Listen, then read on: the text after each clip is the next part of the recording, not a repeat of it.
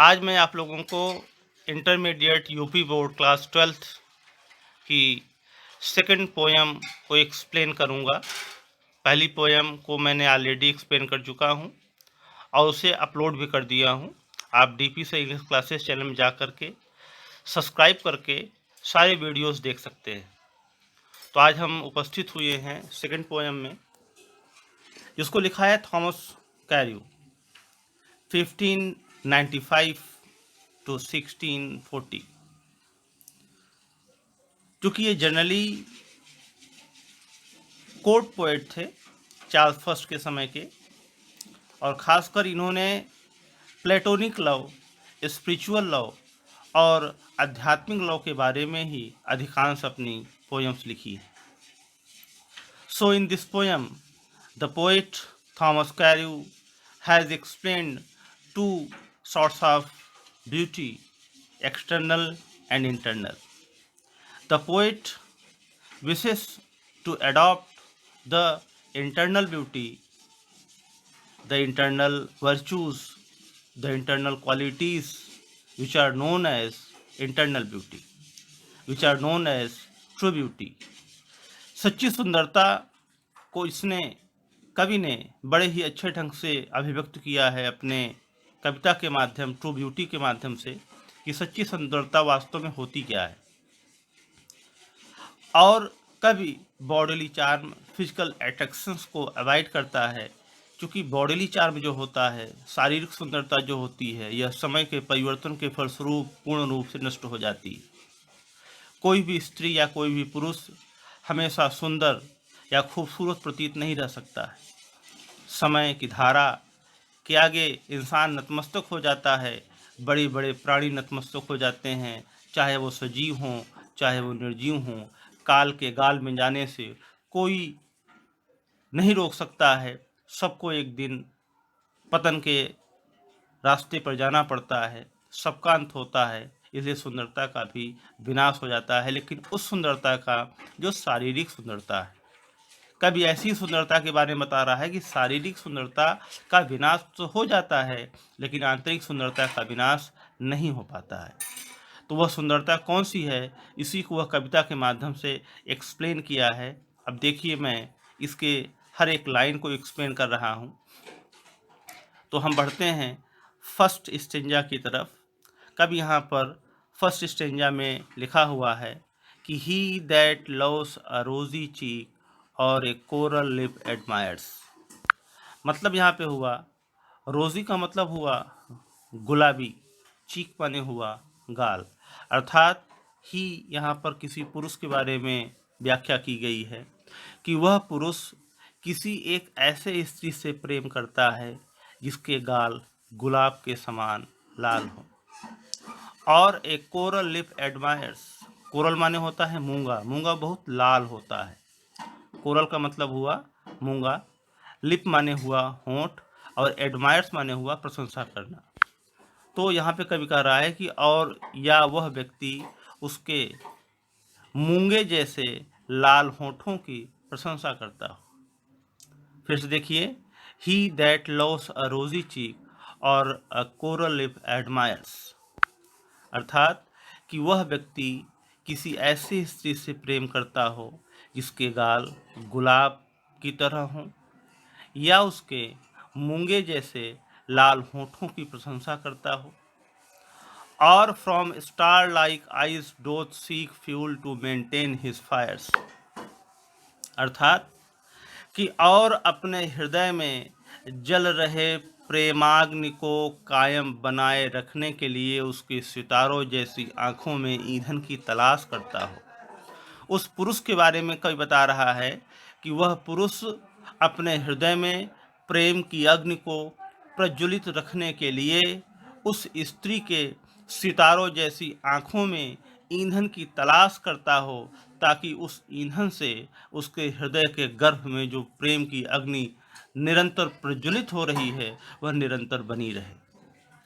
तो इन दो पंक्तियों का अर्थ फिर से आप समझ लीजिए।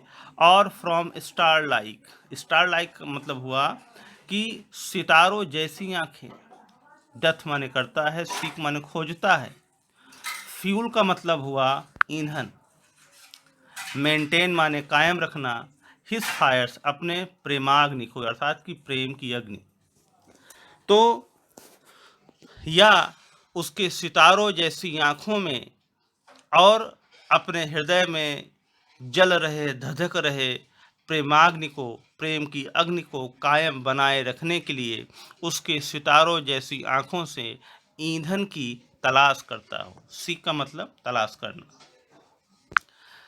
फिर है as old Time makes these decay, अर्थात कि वृद्धावस्था में उस स्त्री का संपूर्ण सुंदरता का विनाश हो जाता है। डैके का मतलब हुआ क्षण हो जाना, पतन हो जाना, नष्ट हो जाना। ओल्ड टाइम का मतलब वृद्धावस्था में, कि जब उस स्त्री का वृद्धावस्था आता है तो उसकी समस्त सुंदरता का विनाश हो जाता है। समय उसके संपूर्ण खूबसूरती को, समय उसके संपूर्ण सुंदरता को चुरा लेती है और वह सुंदरता नहीं रह जाती जो कभी उसके युवावस्था में परिलक्षित हुआ करती थी। तो as old Time makes these decay, और वृद्धावस्था में ये समस्त सुंदरता का क्षरण हो जाता है। So his flames must waste away, और तब उस पुरुष की प्रेमाग्नि भी नष्ट हो जाती है, अर्थात कि तब उस पुरुष की प्रेम की अग्नि उस स्त्री के प्रति भी समाप्त हो जाती है, क्योंकि उनका प्रेम शारीरिक प्रेम था, बॉडीली अट्रैक्शन था, और बॉडीली अट्रैक्शन जो होता है यह समय के परिवर्तन के फलस्वरूप ही नष्ट हो जाता है। तो यहाँ पर कवि ऐसी सुंदरता से घृणा करता है, ऐसी सुंदरता को नकारता है। ही अवॉइड्स बॉडीली चार्म, ही अवॉइड्स फिजिकल चार्म और physical attraction, that is called external beauty.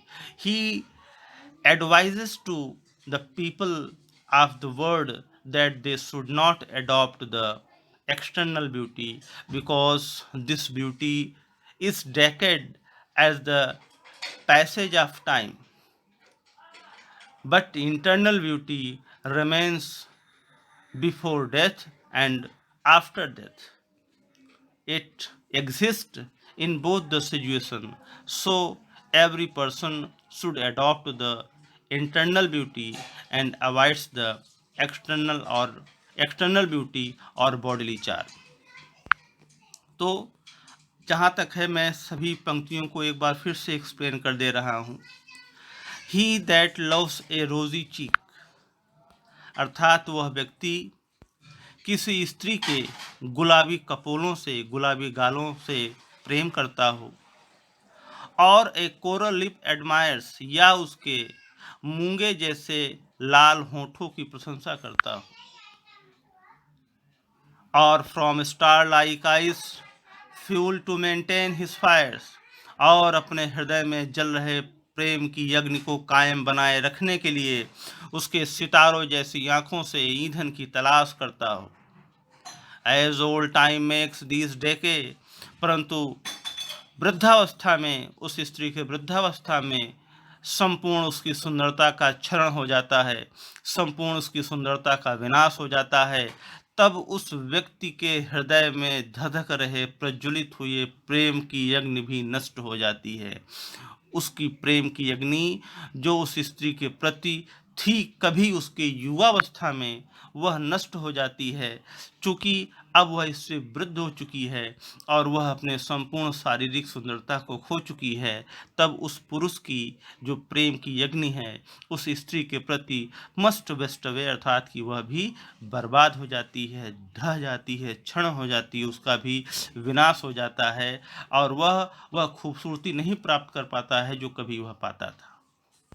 तो इन्हीं के साथ आपका यह फर्स्ट स्टेंजा फिनिश होता है, और इस स्टेंजा में कभी एक्सटर्नल ब्यूटी के बारे में बताया है कि एक्सटर्नल ब्यूटी का जो है वो डैके होता है, पतन होता है, विनाश होता है, इसलिए हमेशा इंटरनल ब्यूटी को प्रेफर करना चाहिए। अब हम बढ़ते हैं दूसरी स्टेंजा की तरफ।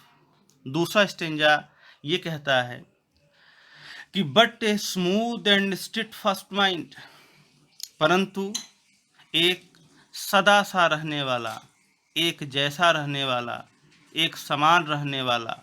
एंड स्ट्रिट फास्ट माइंड, एक दृढ़ मस्तिष्क। स्ट्रिट फास्ट का मतलब हुआ दृढ़, माइंड का मतलब हुआ मस्तिष्क। परंतु एक सदा सा रहने वाला, एक जैसा रहने वाला, एक समान रहने वाला और एक दृढ़ मस्तिष्क। जेंटल थॉट्स, अच्छे विचार। एंड काम डिजायर्स, काम माने हुआ शांत, डिजायर्स माने हुआ इच्छा, जेंटल माने हुआ अच्छे और थॉट्स माने हुआ विचार। तो gentle thoughts and calm desires, अच्छे विचार और शांत इच्छाएं। फिर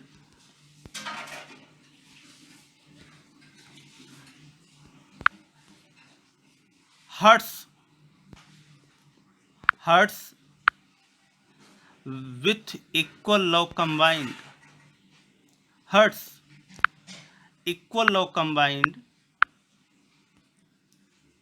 किंडल नेवर डाइंग फायर्स। अर्थात समान रूप से प्रेम से जुड़े हुए हृदय, समान रूप से प्रेम से जुड़े हुए हृदय चिरस्थायी प्रेमाग्नि को प्रज्वलित किए रहते हैं। यहाँ पर हर्ट्स का मतलब हृदय, इक्वल का मतलब समान, लव का मतलब प्रेम और कंबाइंड का मतलब हुआ जुड़े रहना। अर्थात और किंडल का मतलब हुआ प्रेरित करना। नेवर डाइंग का मतलब हुआ कभी न खत्म होने वाला। फायर्स का मतलब हुआ प्रेमाग्नि। तो समान रूप से प्रेम से जुड़े हुए हृदय, समान रूप से प्रेम से जुड़े हुए हृदय कभी न खत्म होने वाले अर्थात चिरस्थायी। फायर्स माने प्रेमाग्नि, किंडल का मतलब प्रेरित करना या प्रज्वलित करना। तो समान रूप से प्रेम से जुड़े हुए हृदय चिरस्थायी प्रेमाग्नि को प्रज्वलित किए रहते हैं।